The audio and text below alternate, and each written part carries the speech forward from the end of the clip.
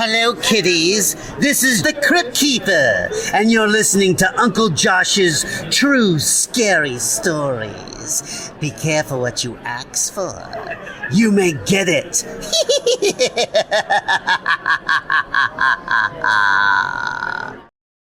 Hey, campfire crew. Let's get it on.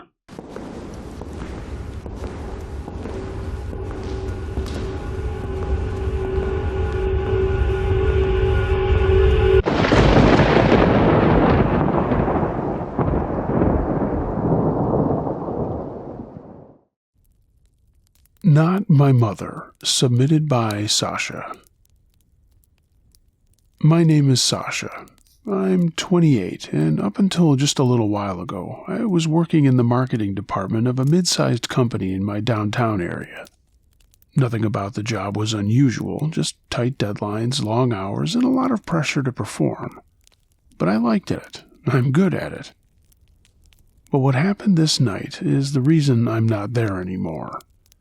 It was a Thursday, close to the end of the quarter, and we were pushing to finalize a major campaign. My boss had made it very clear. This had to be perfect. So, when 5 o'clock came and everyone else was starting to pack up, I stayed. "Don't stay too late," one of my coworkers, Jen, said on her way out. "This place gets weird at night." I laughed it off and said, "Weird how?" She shrugged and said, "Just weird. Lights, noises, you'll see." But I didn't think anything of it at the time. By 7:30, the office was completely empty. The overhead lights had dimmed automatically, leaving only the soft glow of my desk lamp and the blue light from my laptop screen. Outside the windows, the city had gone dark except for scattered streetlights and a couple of occasionally passing cars. It was really, really quiet. And at first, it was actually nice. No distractions, no chatter, just me and my work. But that's when the noises started. A faint thump somewhere down the hall. I paused and listened closer, but there was silence. Building settling, I muttered to myself and went back to typing. A few minutes later, I heard it again. This time it was closer, like something being dropped on the floor. I glanced toward the hallway. My cubicle sat near the end of a long corridor lined with other cubicles and glass-walled conference rooms. From where I sat, I could see straight down it. Nothing moved. Then I figured, maybe just the cleaning crew. And I said that out loud, though I hadn't seen anyone come in. I tried to focus again, but my attention kept drifting. Every little sound felt amplified. At around 8:15, the lights flickered. Just once. Then I froze, fingers hovering over my keyboard. The lights steadied again, and I said, "Okay," to myself. That's not ideal. I stood up and walked into the hallway, half expecting to see somebody, maintenance, security, anybody. But the corridor was empty. The silence was pressing in on me, really heavy if you know what I mean. Even the hum of the building seemed to have faded. And that's when I heard it. "Sasha!" I spun around so fast I almost lost my balance. There was nobody there. My heart started to pound, but I called out, "Hello?" No response. I waited, listening, every nerve in my body on edge, and then, softer this time, but closer. "Sasha, baby." The breath caught in my throat, the voice. I hadn't heard it in 16 years, but I knew it instantly. "Mom?" I whispered before I could stop myself. My mother died when I was 12. Cancer, and it had been long and awful. And her voice, her real voice, was something that I hadn't heard since childhood. But what I just heard, it was her, or something that sounded exactly like her. I started shaking my head and said out loud, No, that's not," but a door slammed somewhere behind me. I screamed out loud. I turned back to my desk and looked at it, knowing that there was nothing else I could do but leave. "This isn't real," I said. Then I told myself, "You're tired. That's all. You're just tired." I sat back down at my desk, forcing my eyes onto the screen. If I could just finish this project, I could leave. I didn't want to think about how late it was getting. But minutes passed. Then my desk chair shifted, just slightly, like someone was behind me and brushed up against it. I jerked forward, nearly knocking over my laptop. "Stop it," I thought to myself. But behind me, something moved. I turned around slowly, and one of the chairs by the wall, one that had been pushed neatly under a small table, had been pulled out. I hadn't touched it. Another wave of fear washed over me. "Nope," I said, standing up so quickly that my knees hit the desk. "Nope, nope, nope." I grabbed my laptop, and I don't even think I saved my work properly. I just yanked the cord out and held it to my chest. I'm leaving. The hallway outside seemed darker now. The lights flickered again as I stepped out. For a split second, I thought I saw something at the far end, a shape, like a person stretched too thin. The light steadied, and it was gone. I started walking fast, and I got halfway down the hall before the voice came back. "Sasha." I stopped despite myself. It sounded right behind me. "Don't go," it said, soft and pleading. "You always leave me." That's when the tears stung my eyes.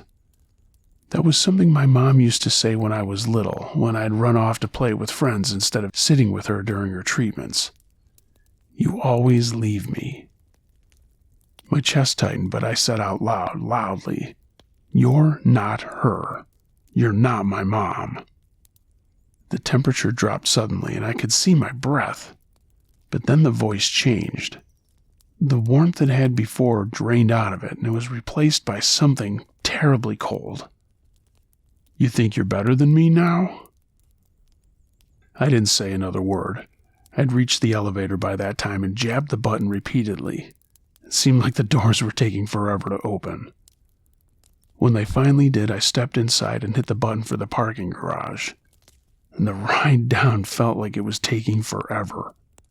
The lights flickered the entire time. And I kept my eyes on the numbers, wishing that they would move faster.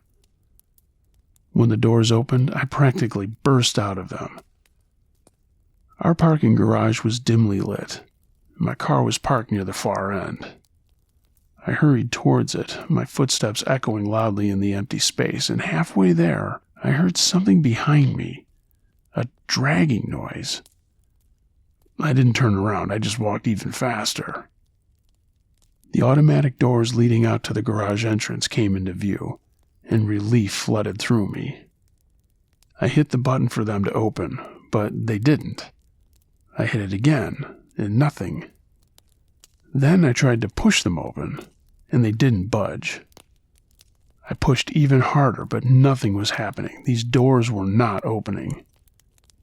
Panic surged through me, and I turned back toward the elevator, and I saw the lights inside flickering. But this time, they went out completely. That was the only main light in the garage, and as I said, it was dimly lit, but now it seemed darker than ever. For a second, there was nothing. No more sounds, no more voices, just the pounding of my own heart in my ears. And then something breathed, right behind me. "Sasha." I froze in my tracks. "You'll burn in hell with me, Sasha." The voice was not my mother's anymore at all. It was something else entirely. Something that sounded broken and very angry. There was nothing else I could do but scream. And then, just as suddenly as it had gone dark, the lights in the elevator snapped back on, and the doors in front of me clicked. I heard them click. I didn't think. I didn't look back. I slapped the button to open the doors, and they went up. I got to my car and fumbled with my keys so badly I dropped them twice before finally getting my door open, and I locked them the second I was inside and started the engine. As I pulled out of the garage, I glanced in my rearview mirror, and for just a second I thought I saw someone standing in the shadows behind me, watching me. I drove home like a maniac. The second I got inside my apartment, I locked every door, every window, and then I called my dad. He immediately knew something was wrong and said, "Sasha, you okay?" And I broke down and I told him everything. About the voices, the lights, the way this thing sounded like Mom, and the thing that it said on the end. My dad was silent after I was done talking, and finally he said, very carefully, "Sasha, whatever you experienced, that wasn't your mother." I said, "I know, Dad." Then he said, "If you need somewhere else to stay tonight, and you don't feel safe, come home." I thought about it for a moment and said, "I'm okay here, Dad," and we talked for a while after that. The next morning, I went into work late. I didn't want to, but I had to tell someone what I had experienced. My boss listened quietly as I explained everything, and I expected him to laugh it off. But he didn't. Instead, he kind of sighed. "You're not the first person to say something like this," he said. "Strange sounds, lights, things moving around, and voices." My stomach dropped. "You didn't think to tell anyone about this?" My boss just rubbed the back of his neck and said, "No one ever seems to take it seriously." But I just stared at him. Then he softened. "Listen, I went over your work, and it's amazing. You nailed it. Take the rest of the week off. You've earned it." I hesitated, but then asked him one more time, "Did you ever look into it, this paranormal stuff?"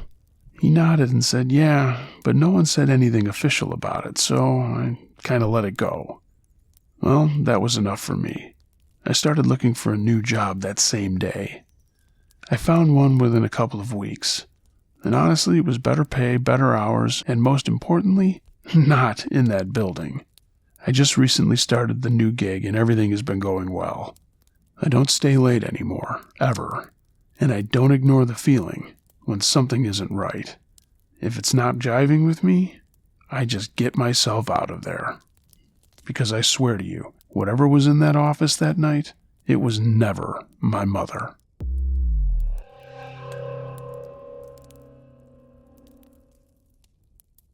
Stranger Followed Me and My Friends by OKBear733.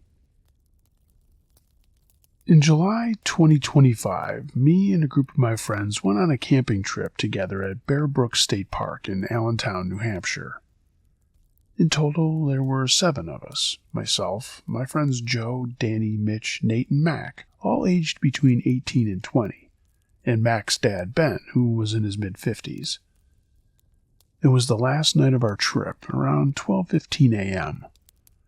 I was half asleep in my tent while Mac and Ben were at the campsite waiting for my other friends to come back from the bathroom so they could take one more person with them to go out as a group to take our full trash bag and garbage up the road. The bathroom was just across the road from our site, and visible from all our tents. It took maybe 30 or 45 seconds to walk over there, so very close. My friends Joe, Danny, Mitch, and Nate were in the bathroom brushing their teeth and getting ready for bed and stuff. They might have been fooling around a bit, but nothing too crazy. Apparently, my friend Nate unplugged my friend Danny's phone, and my friend Danny was kind of jokingly yelling at him. Nothing too loud or crazy, but definitely some obscene name-calling and yelling. Suddenly, a man who looked to be in his mid to late 30s or 40s came and walked into the bathroom.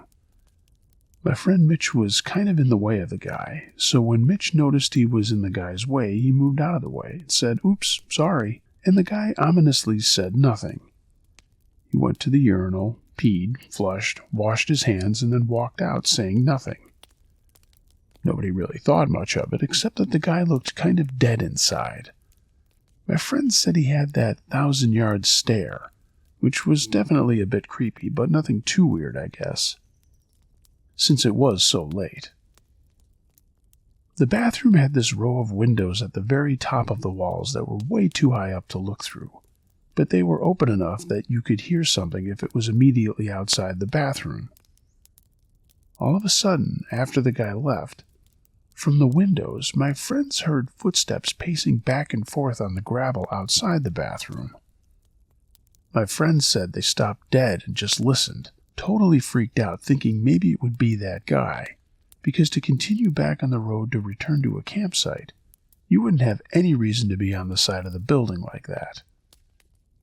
Then, the guy came back into the bathroom, went back to the same urinal as before, like he was pretending to use it, but didn't actually do so.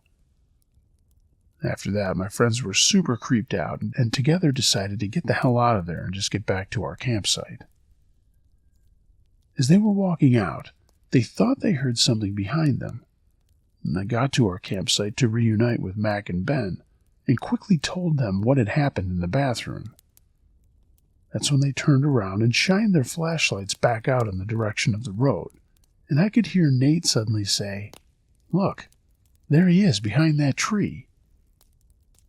To their absolute horror, they saw the same guy from the bathroom had followed them back to our campsite, illuminating half of his body that was still sticking out from behind the tree. When he noticed the lights being shined on him, it looked like he kind of tried to walk away and play it off or something.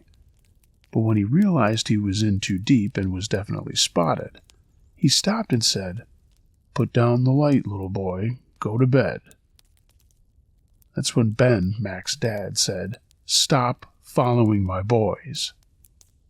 And that's when the man replied, "I was going for a walk when I heard them hooting and hollering in the bathroom, being super loud this late at night."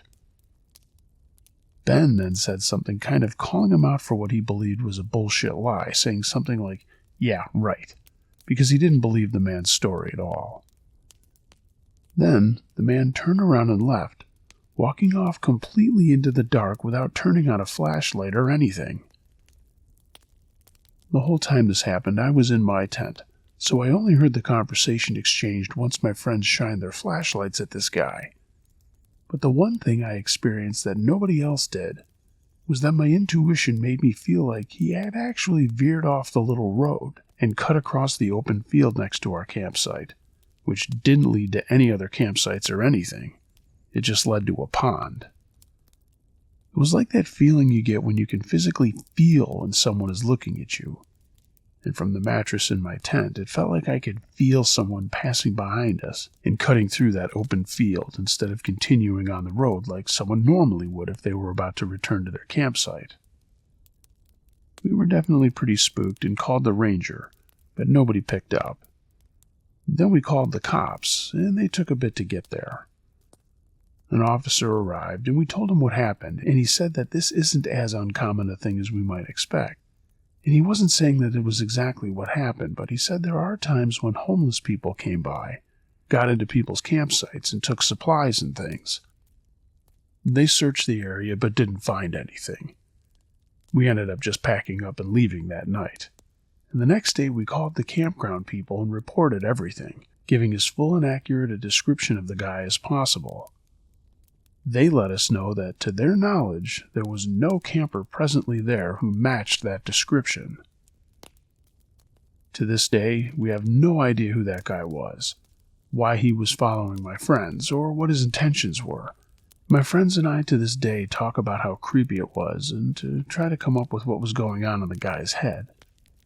We'd love to hear what other people might have to say, and if others have ever experienced something similar, especially in that area. Or if people think something more sinister could have potentially been going on, and we dodged a bullet by noticing him hiding behind that tree.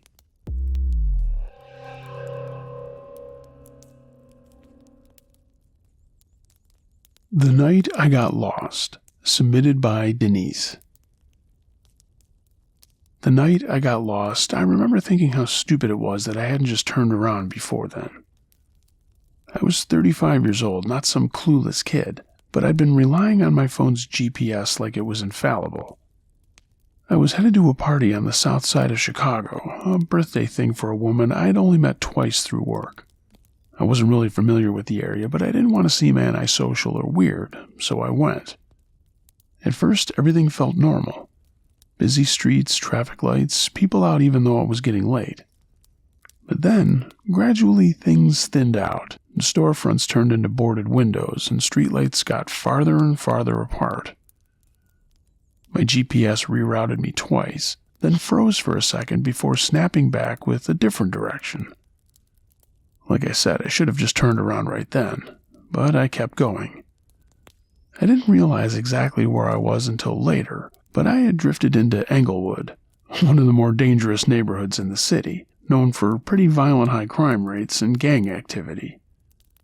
At the time, all I knew was that something felt wrong. There were fewer cars, and there was nobody walking, just long stretches of empty streets and the occasional flicker of a porch light. I remember gripping the steering wheel tighter and my eyes darting between the road and my phone, willing my GPS to correct itself. And then I made a turn that I shouldn't have. The street narrowed and it was darker than the others, like the light itself didn't want to go there. And that's when I noticed the car behind me. At first it was just headlights, but then it stayed really close, like too close.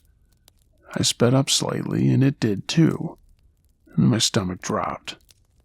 But I told myself I was being paranoid. I mean, it was a city. Cars followed each other all the time. But when I slowed down near a stop sign, the car behind me didn't just slow.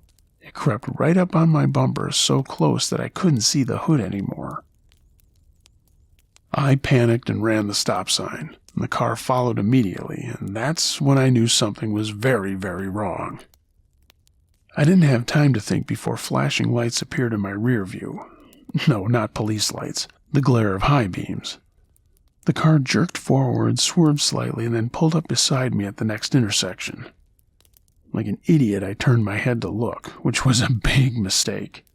There were two men inside the car, and the passenger was already looking at me. And he was smiling, not a friendly smile, and not a curious smile. It was an evil smile. I hit the gas, trying to get through the intersection, but I'd hesitated for a split second too long, and the car jumped ahead of me and then cut me off. I slammed on my brakes, my seatbelt dug into my shoulder as my car skidded slightly, and before I could react, the passenger door of their car flew open. The guy stepped out, and he had a gun in his hand. I froze. I didn't know what to do. Everything in my body went cold, like the fear had just shut me down completely. He walked towards my driver's side slowly, casually, like this was not the first time he'd done something like this. He tapped my window with his gun and said, "Unlock it." I didn't make a move, and he hit the glass harder this time and said, "Unlock it now, bitch." My hands were shaking so badly I could barely hit the button, but the lock clicked, loud in the silence. Don't ask me why, but I never even thought to dial 911. It all happened so damn fast. He quickly moved to the other side of the car and jumped in the passenger side, still pointing the gun at my face. I remember the smell of him when he got in my car. It was a mixture of sweat and something metallic and something sour. "Drive," he said, and my foot hovered over the pedal. "Bitch, drive," he said, gritting his teeth, and he pressed the gun against my ribs. I drove. I don't know how long we were moving, but the other car had dropped back behind us. Time seemed to slow down impossibly, but this whole thing couldn't have been more than 10 or 15 minutes. He just kept giving me directions. Turn left here, turn right there, go straight. His voice was calm throughout the entire thing, like he was almost bored. But the gun never left me. And every time I slowed too much, I felt it dig into my side. Not enough to hurt, but just enough to remind me that it was still there. My mind was racing, and I was thinking about my family, how freaking stupid it was that I came out here alone, and how no one even knew exactly where I was. At one point, I tried to memorize street names, but everything just became a blur. Everything looked the same. Dark houses and empty sidewalks. There was nothing there that I could remember that would stick out. "Don't try anything," he said, like he could actually hear my thoughts. And I said, "I'm not." my voice barely coming out. He laughed softly. I remember that distinctly. He laughed and said, "Yeah, you better not, bitch." I could hear the other car still behind us, and every time I glanced in the mirror, those headlights were there, glued to us. Then, out of nowhere, the guy said, "Pull over." My heart slammed against my chest. What now, I thought.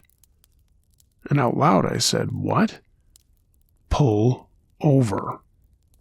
I slowed down, pulling to the side of a dimly lit block, and my hands were slick with sweat, slipping on the wheel.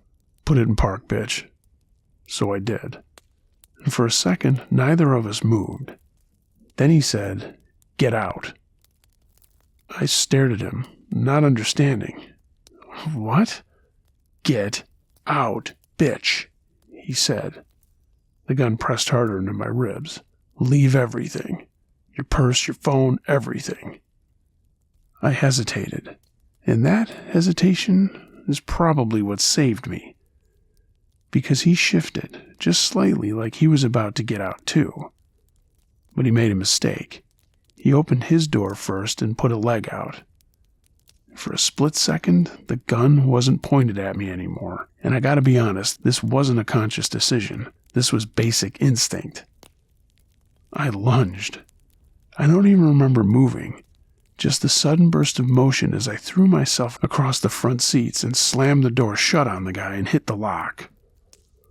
He shouted something, loud and angry, but I couldn't process what he was saying.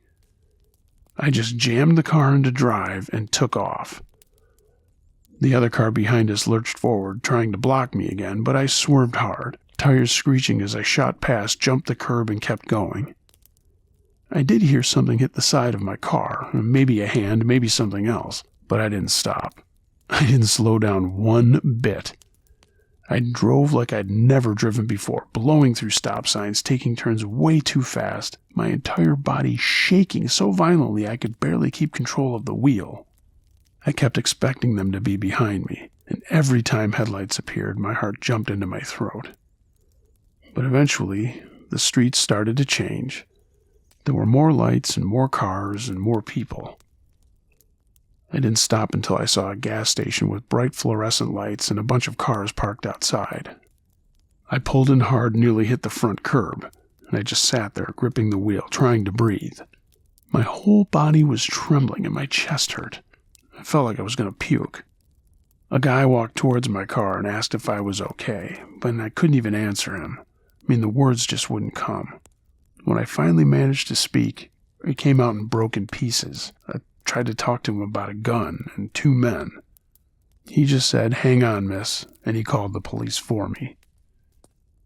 I remember giving my statement, my voice still shaking, and trying to explain what had happened. They asked where exactly it had occurred, and I couldn't even tell them. I had no idea where I'd been. All I knew was that I had gotten lost, and for a while I was sure I wasn't going to make it out. No, I didn't go to that friend's party. I went straight home. Even now, I can't drive through unfamiliar parts of the city at night without feeling that same creeping dread. The memory of those headlights in my rear view, that smile the guy had, and the cold pressure of that gun. It hasn't left me. Because the scariest part isn't just that it happened. It's how quickly everything went from normal to life-threatening. I made one wrong turn. That's all it took. Thanks if you read this, Uncle Josh.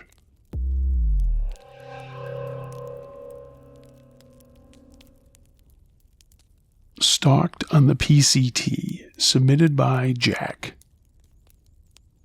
I'm Jack, and I've spent most of my adult life chasing long trails, miles that stretched across entire states, entire versions of yourself. By 2019, I'd already finished the Appalachian Trail. I knew how to suffer quietly and how to manage fear and how to read terrain and weather like a language. I knew what normal wilderness felt like, its rhythms, its sounds, and its silences. That confidence is probably why I agreed so easily when my friend Ray asked me to take him on a section of the Pacific Crest Trail in Washington. We planned a 6-day push southbound from Monument 78 on the Canadian border down toward Rainy Pass, It was remote and rugged and late in the season. There were fewer hikers and fewer safety nets.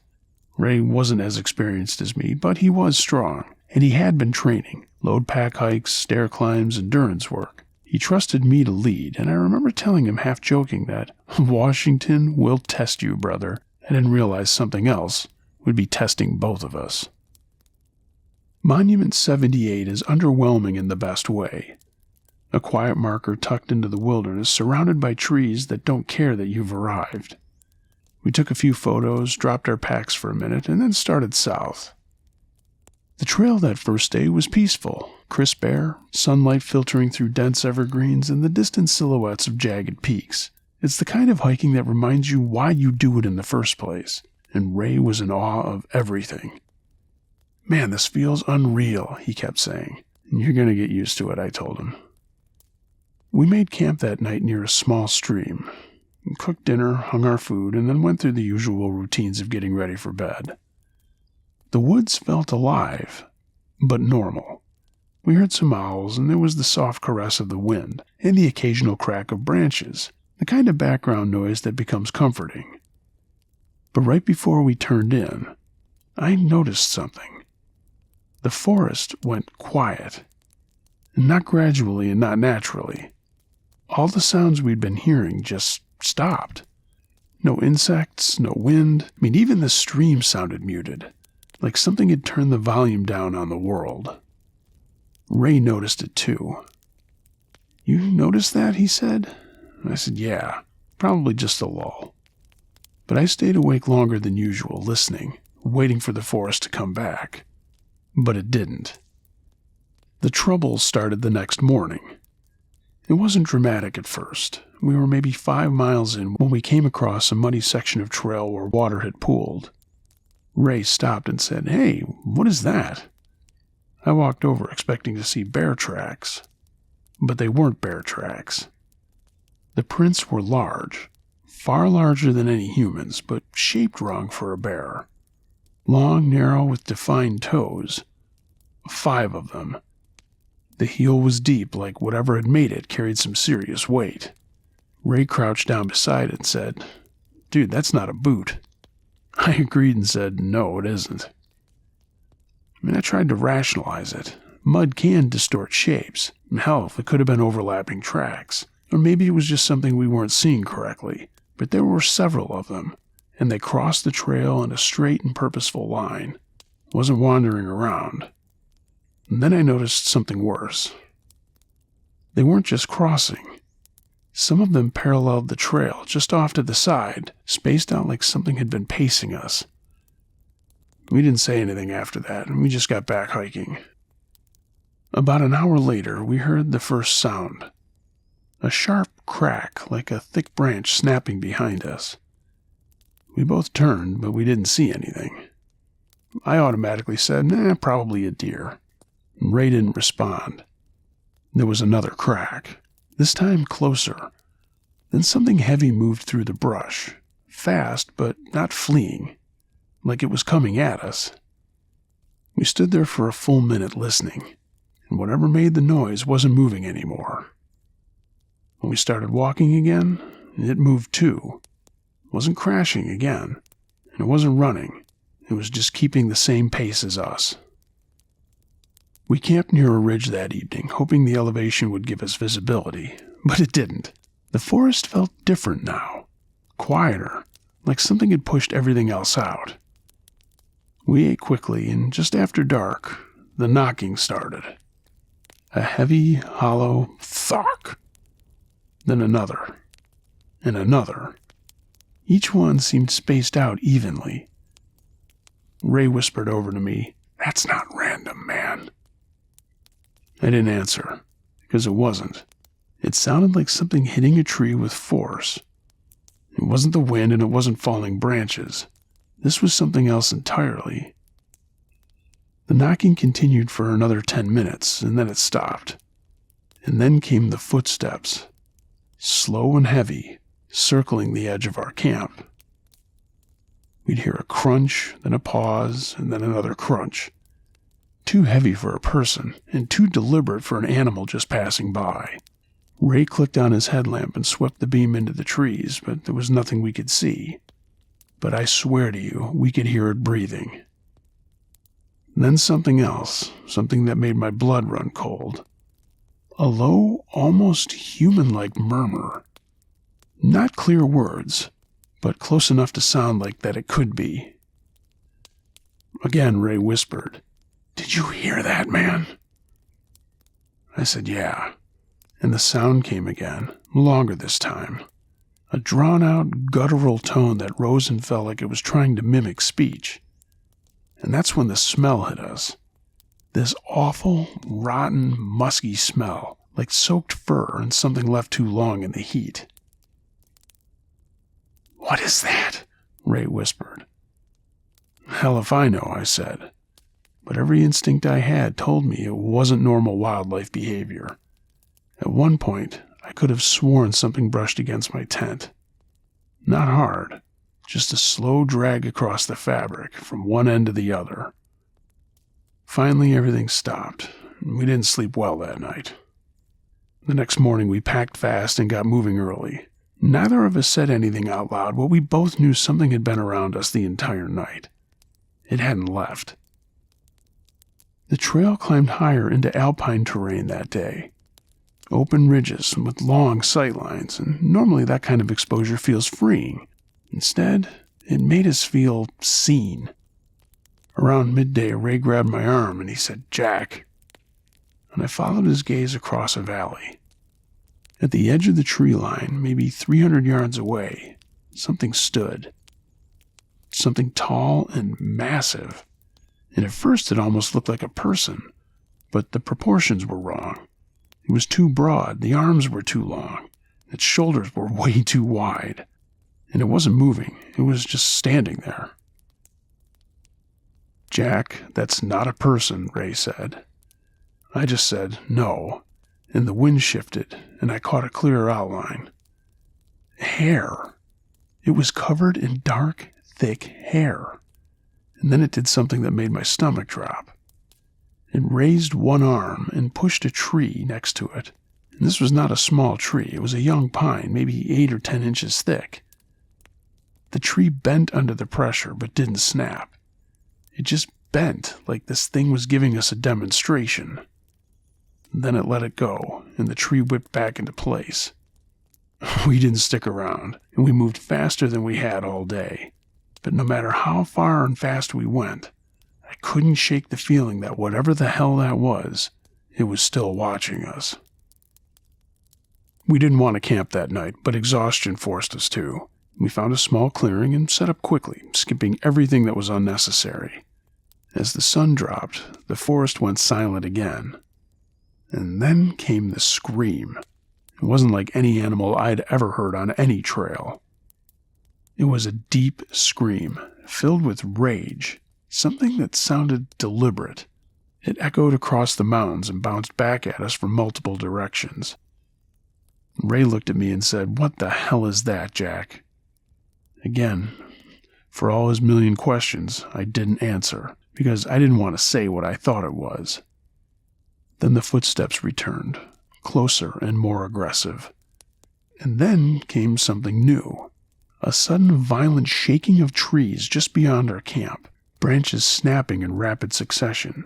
There was something moving there, fast, too fast for something of that size that we'd seen earlier in the day. At one point, something slammed into a tree with enough force that we felt it in the ground beneath us. Then, from somewhere just beyond the edge of the light, came that same low, almost human murmur again. It lasted longer this time. And for some reason I had it in my head that it was unmistakably directed at us. We finally fell into sleep. We were running on almost no sleep. The trail twisted through dense forest again the next day, visibly dropping.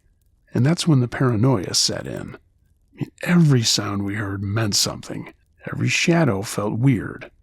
And at one point we both heard footsteps directly behind us, so close that we turned around at the same time to look. There was nothing there, just empty trail. As we stood there, a rock landed in the dirt between us. was fresh and still rolling.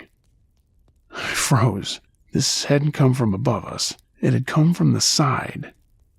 This rock had been thrown.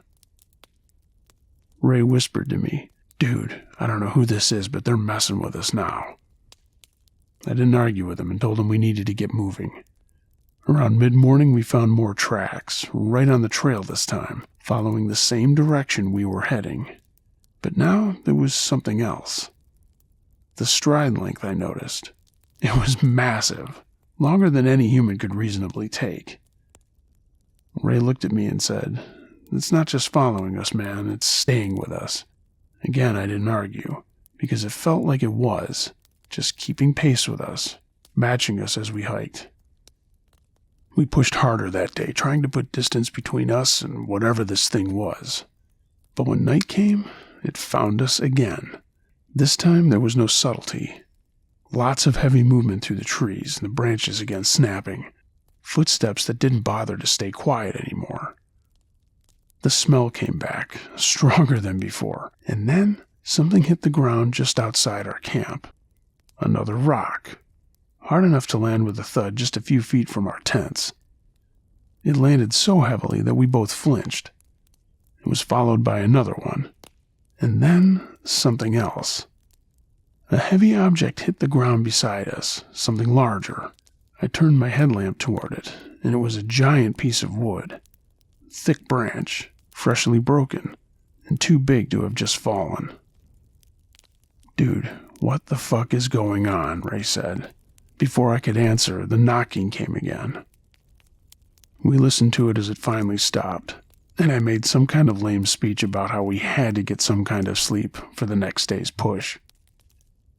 We didn't waste time the next morning. We moved, fast. The terrain got tougher, steeper climbs with rocky descents, and that slowed us down, but we pushed through it. We started hearing it during the day now. Not constantly, just enough to remind us that it was still there, still keeping track of us. At one point, we both thought we heard something running parallel to us, fast and weaving through the trees. Ray finally said what I'd both been thinking. "Dude, is this a Bigfoot?" Again, I considered myself a pretty seasoned outdoorsman, but I didn't have any answers. The thought stayed with me, though. We were still a stretch away from Rainy Pass when daylight started to fade. We didn't want to stop, but we didn't have any choice, so we set up camp quickly, got together closer than we'd ever been before. We didn't cook anything, and we didn't talk. We just sat there waiting. The forest was dead still, and the footsteps started. But this time they weren't circling. They were coming straight at us, heavy and fast. Ray started to say something, but I just grabbed my headlight and clicked it on, aiming it toward the trees. And then it stepped out. This thing was over 8 feet tall easily. Its entire body was covered in dark, matted hair, and its arms hung long, and its chest was gigantic, wide, super powerful looking. And its face, it wasn't fully animal, and it wasn't fully human. This thing locked its eyes onto us, and for a moment I thought of how it seemed really focused and intelligent, but also looked very pissed off. As we sat there frozen in fear, it let out a roar that hit like a physical force, but it didn't move any closer to us. Ray had obviously had enough and just shouted, "Run!" I didn't hesitate. I grabbed what I could, and we both bolted up the trail. And behind us, this thing exploded into motion, ripping through the brush like it didn't exist.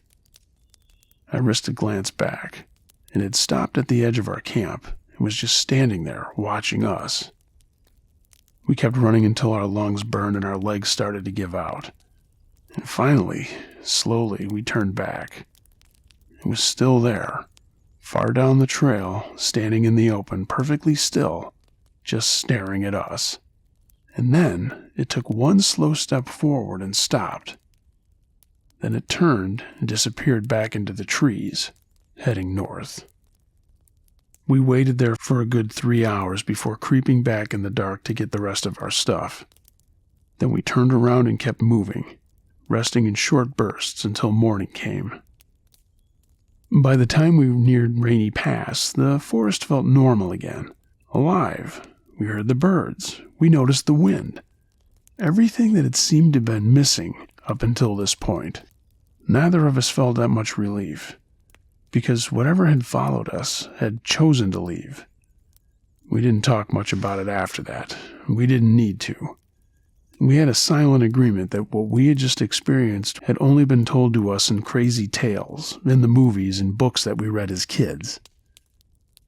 People ask me what I think I saw out there, and I don't speculate and I don't argue.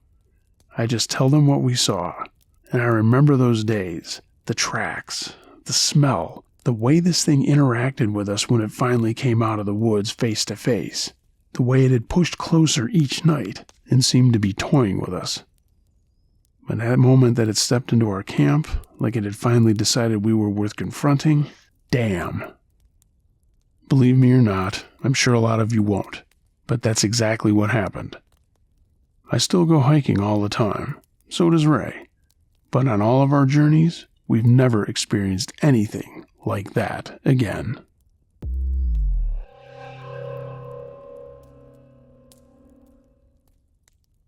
The Dog, submitted by Peter T. I was 12 years old in the fall of 1989, and up until that day, the scariest thing I ever worried about was getting called on in math class. That changed the moment I walked out of school and saw the dog. I was leaving school by myself that afternoon, and this dog was standing across the street from the playground. A Doberman. Good-looking dog. At first I didn't think much of it. Dogs got loose sometimes. But then it turned its head towards me, and I saw its mouth. There was way too much foam hanging in thick strings from its jaws. Its lips were pulled back in a way that didn't look like a snarl so much as something broken. Its eyes didn't look focused on anything, but somehow they locked onto me anyway.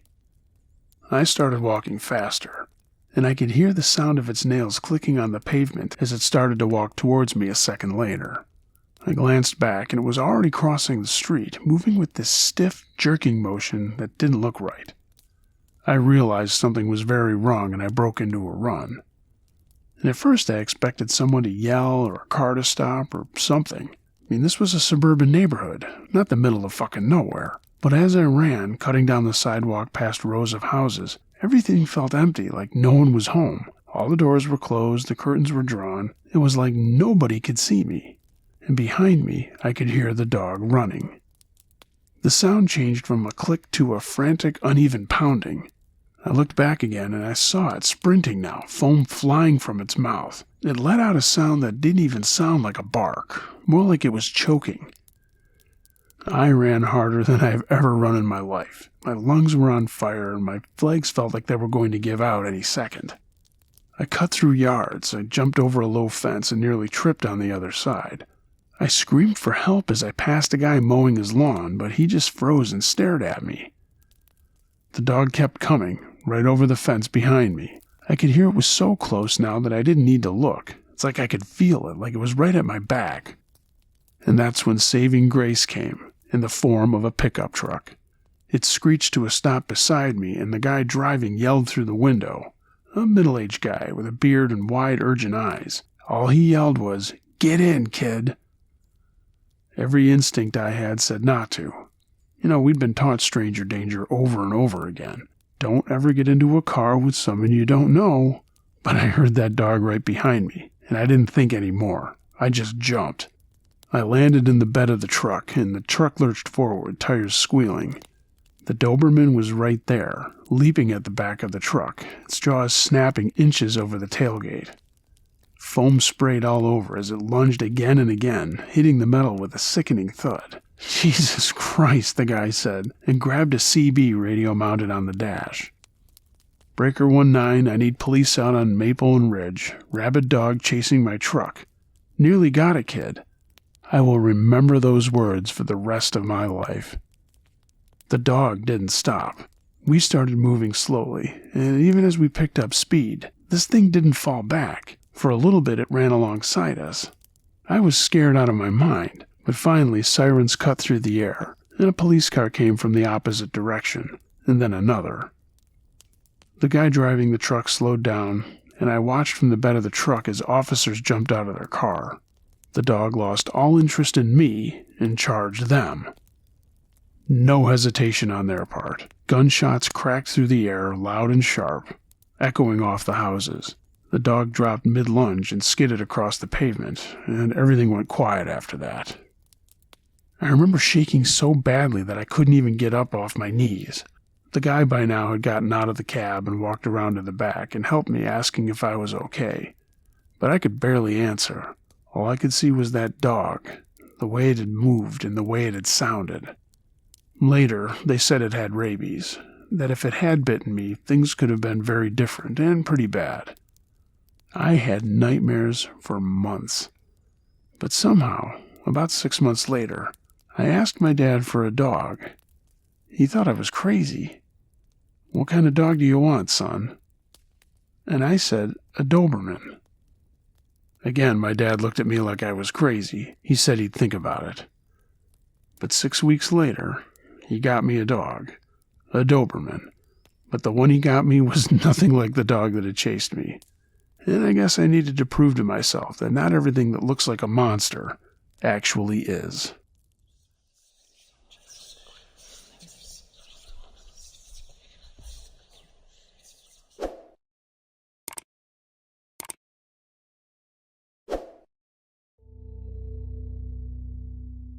Hey gang, thanks for listening to this episode.